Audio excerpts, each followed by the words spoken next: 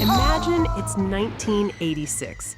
Your cereal is hitting different, the synth music is blasting, chrome wings spread across your CRT screen, and a dude says, partly metal, partly real. Bro, that line alone, certified 80s drip.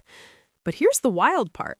Silverhawks had the vibe, had the squad, had the villain glow-up transformation before glow-ups were even a thing.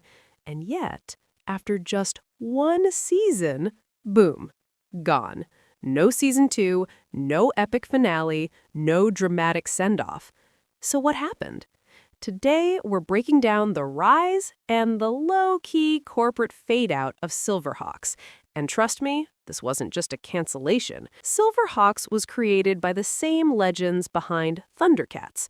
Thundercats was already going hard in the mid-80s, so Rankin and Bass said, okay, but what if space? Instead of swords and ancient evil, we got cybernetic bodies, laser wings, chrome armor, and a synth soundtrack that absolutely slaps. The premise? In the distant Limbo galaxy, crime lord Monstar escapes prison. The government responds by creating a team of partially metal heroes. Quicksilver, Bluegrass, Steelheart, Steel Will, Hotwing. They weren't fully robots. They were partly metal, partly real, which, if we're being honest, is one of the hardest taglines of the decade. Here's the real tea. In the 80s, cartoons weren't just shows. They were toy launch platforms. The model was simple. 1. Make cool characters. 2. Put them on TV. 3. Sell action figures. 4. Repeat. Silverhawks followed the blueprint perfectly. It ran for 65 episodes in 1986. That number matters. Back then, 65 episodes was the sweet spot for syndication, enough for daily reruns, meaning, technically, the show completed its mission. But hold that thought. Let's talk visuals. Silverhawks looked expensive. Metallic textures, neon space backdrops, transformation sequences, laser battles. It was peak 80s excess. And the villain? Monstar was low-key elite.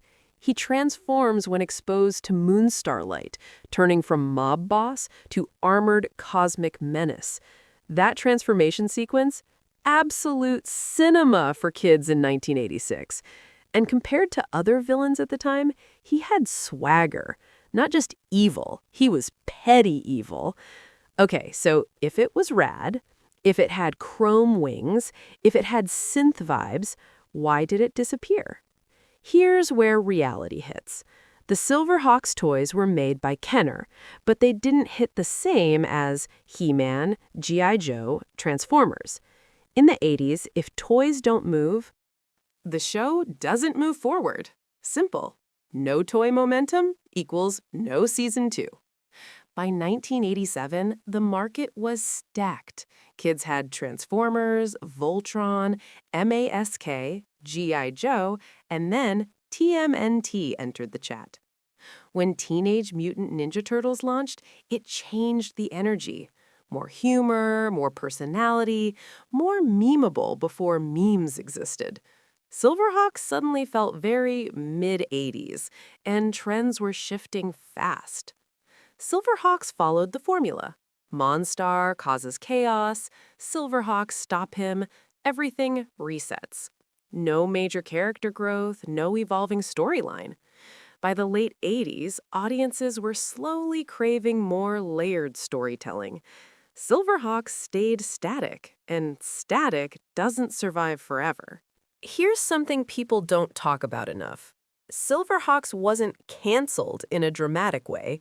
It completed its 65-episode syndication package. Back then, that was standard. The goal wasn't longevity. It was launch toys, air enough episodes for reruns, and move to the next property. Once toy sales plateaued, there was no financial incentive to continue.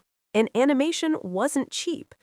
Metallic effects, space battles, transformation sequences. That stuff costs money. If ROI drops, executives say, yeah, we're good. No cliffhanger, no reboot attempt, just a quiet exit. Unlike Thundercats, Silverhawks didn't get multiple reboots. Why? Because it never reached franchise tier status. It became a cult classic instead of a flagship brand. Collectors love it, 80s kids remember it, but mainstream recognition? Not quite. It lived in that nostalgic sweet spot. Here's the real twist. Silverhawks didn't fail. It did exactly what it was built to do. It ran 65 episodes, sold toys, filled syndication slots, and delivered peak 80s chrome energy. It just wasn't designed for decades-long dominance. And honestly, that makes it kind of poetic. It was a moment, a very specific 1986 neon laser moment. And moments don't last forever, but they hit hard while they're here. If you were watching Silverhawks back in the day, drop a partly metal, partly real in the comments. And tell me, was Silverhawks underrated, or was it just vibing in the wrong era? Next episode, we might break down another 80s legend that low-key got corporate snapped. Until then, stay radical, stay nostalgic, and keep those CRT memories alive.